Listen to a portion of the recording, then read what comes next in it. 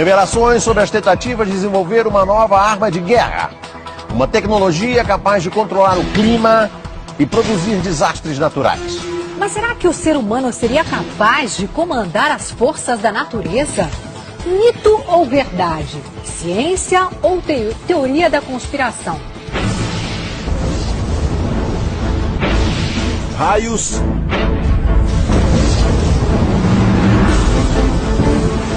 tempestades,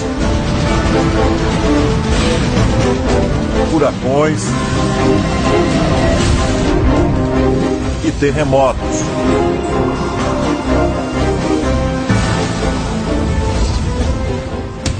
Como seria se um exército ou um grupo terrorista pudesse usar tudo isso contra o inimigo?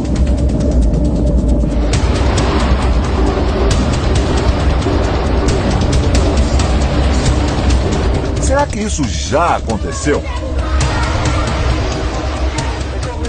Desastres como esses que acabamos de mostrar sempre tiveram uma única explicação: a força incontrolável da natureza.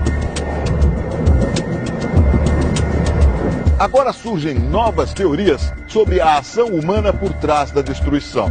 Experiências secretas ou pouco conhecidas teriam a finalidade de criar uma nova arma de guerra: a manipulação do clima.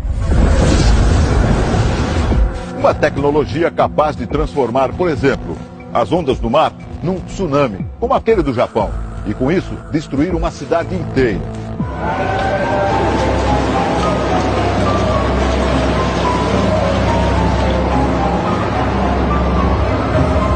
O ser humano quer sempre saber mais, conhecer e controlar a natureza. Usá-la em benefício próprio, para o bem e para o mal.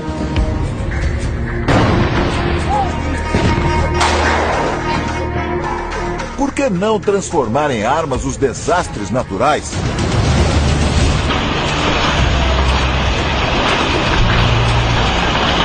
Delírio da imaginação ou possibilidade real?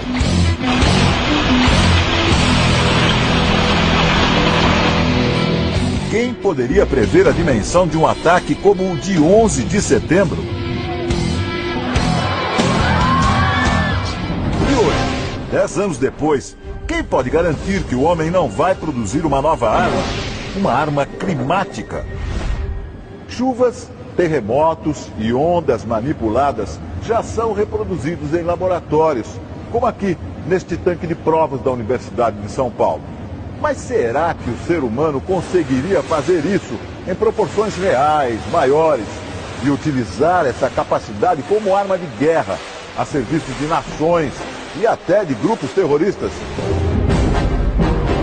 Você vai ver agora indícios perturbadores de que isso já pode ter acontecido. E conhecer as experiências reais de controle das forças da natureza.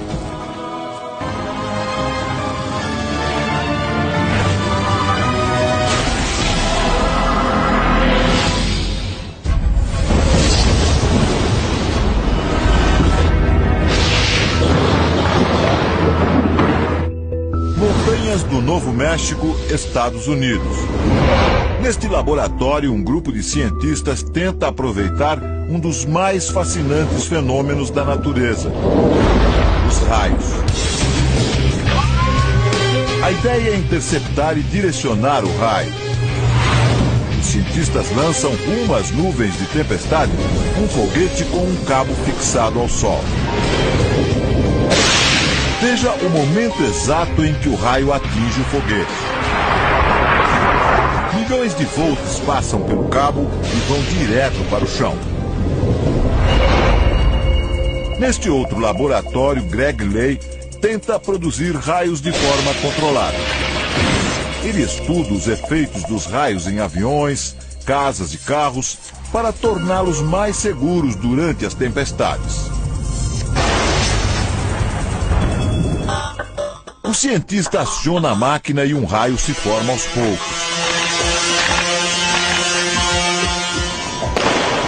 A experiência é apenas uma amostra do que acontece ao ar livre. Agora imagine um campo de batalha onde o alvo é um tanque inimigo. As pesquisas não têm finalidade militar, mas os cientistas concordam que os raios podem ser uma arma devastadora numa guerra. Eles podem percorrer uma distância de mais de 7 quilômetros e atingir o alvo com uma temperatura de 27.000 graus centígrados. O cientista Nick Pope explica que, além de matar, o raio pode cortar sinais eletrônicos, o coração das armas modernas. Pode interceptar sinais de radar, impedir a operação de sistemas e interferir em todos os tipos de programas de computador.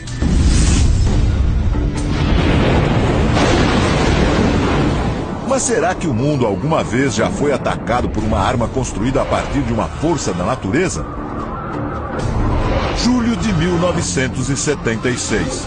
Apagões nos sistemas de comunicação do mundo todo ficaram sem explicação. Uma estranha frequência causou interferência em transmissões de rádio, televisão e telefone nos Estados Unidos. Jerry Smith é autor de um livro que trata das armas climáticas. Segundo ele, os cientistas norte-americanos descobriram que o sinal secreto vinha da então União Soviética, o auge da chamada Guerra Fria entre as duas maiores potências mundiais. Fotos de satélite mostram um gigantesco radiotransmissor russo. Dele saíam ondas de extrema baixa frequência rumo à atmosfera sobre os Estados Unidos.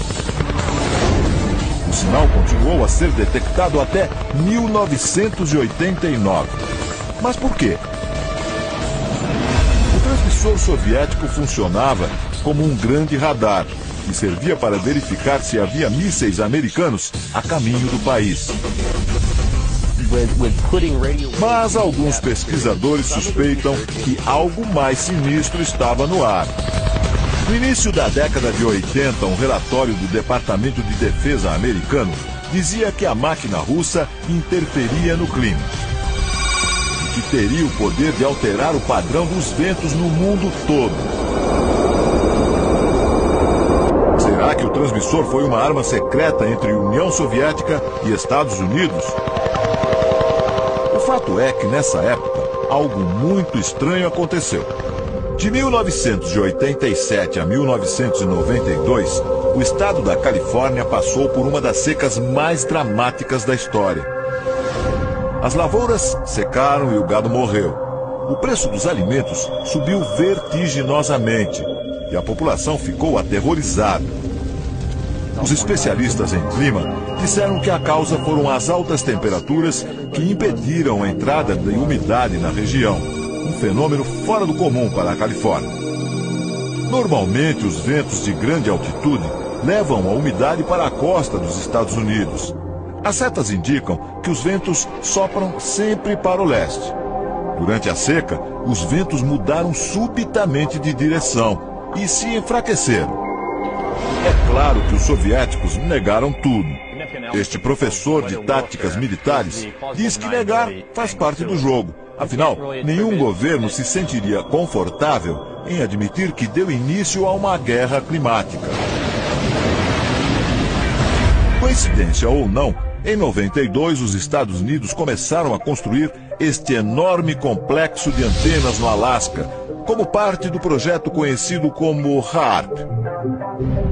A sigla em inglês quer dizer Programa de Investigação de Aurora Ativa de Alta Frequência. Um nome sofisticado para um projeto que começou na Força Aérea e na Marinha Americanas. O complexo reúne 180 antenas de 22 metros de altura. Juntas, elas podem apontar para qualquer alvo no céu e emitir milhões de watts de baixíssima frequência, formando uma trilha na atmosfera. Este militar americano diz que o projeto HAARP é usado apenas para fins de defesa. Mas uma outra teoria apareceu. A intensa energia jogada no céu pelo HAARP poderia ser um dos fatores do aquecimento global e das mudanças climáticas. O cientista Nick Bejic acusa o governo americano de sonegar informações e garante: as pesquisas do HAARP são utilizadas, sim, para provocar mudanças climáticas. Quando as ondas de baixa frequência atingem a camada mais alta da atmosfera, elas criam um espaço vazio e mudam a posição das áreas de umidade. O cientista simula o efeito do HAARP em laboratório. Ele produz uma nuvem dentro de um tubo. Embaixo da nuvem há um transmissor de ondas de baixa frequência extrema. Quando as ondas são emitidas, a nuvem se move para o alto do tubo e leva junto o vapor. O HAARP é apenas um dos transmissores instalados no planeta. Há outros 20 centros de pesquisa semelhantes que funcionam em lugares secretos. Para alguns cientistas, estes transmissores são capazes de alterar o clima em qualquer lugar do mundo. Mudam a direção dos ventos e provocam grandes tempestades ou secas. Até mesmo os furacões poderiam ser provocados. Não há como garantir totalmente que esses equipamentos são usados como arma climática. No entanto, alguns fatos levantam ainda mais suspeitas.